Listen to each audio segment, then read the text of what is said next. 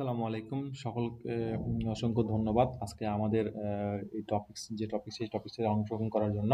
আজকের টপিকসটা হচ্ছে আমাদের conductor size, conductor phase sequence এবং conductor KV, transformer capacity, transformer phase conductor, এই যে কয়েকটা বিষয় নিয়ে আমরা আজকে আলোচনা করব। এইগুলো কে যে আমরা আলোচনা করার একটু আগে দেখে নিই কি কি আছে। যে প্রথমে হচ্ছে আমাদের কন্ডাক্টর সাইজ।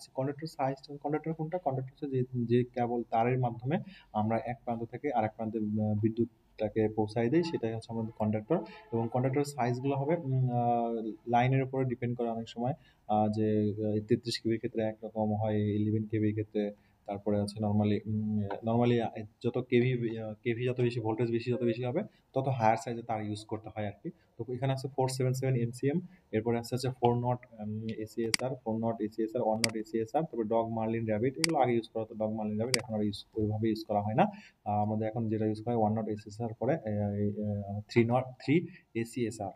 এই এসিএসআর দ্বারা বোঝায় হচ্ছে আমাদের, আমরা একটু দেখি এসিএসআর জিনিসটা কি। অ্যালুমিনিয়াম কন্ডাক্টর স্টিল রিইনফোর্সড, যেটা হচ্ছে অ্যালুমিনিয়াম কন্ডাক্টর স্টিল রিইনফোর্সড, যে অ্যালুমিনিয়াম আছে এবং স্টিল এবং অ্যালুমিনিয়াম এটা রিইনফোর্সড করে type of high strength high capacity cable. আচ্ছা, এটা ইউজিং ওভারহেড পাওয়ার লাইন্স, এই ওভারহেড পাওয়ার লাইন্সে এটা ইউজ করা হয়। এটার নাম হচ্ছে অ্যালুমিনিয়াম কন্ডাক্টর স্টিল রিইনফোর্সড।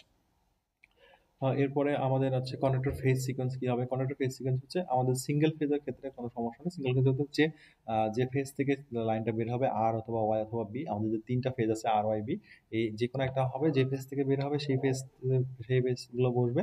আর যদি থ্রি ফেজ লাইন হয় সেক্ষেত্রে আর ওয়াই বি আমাদের এখানে আমরা হাইপেন দিয়ে লিখবো।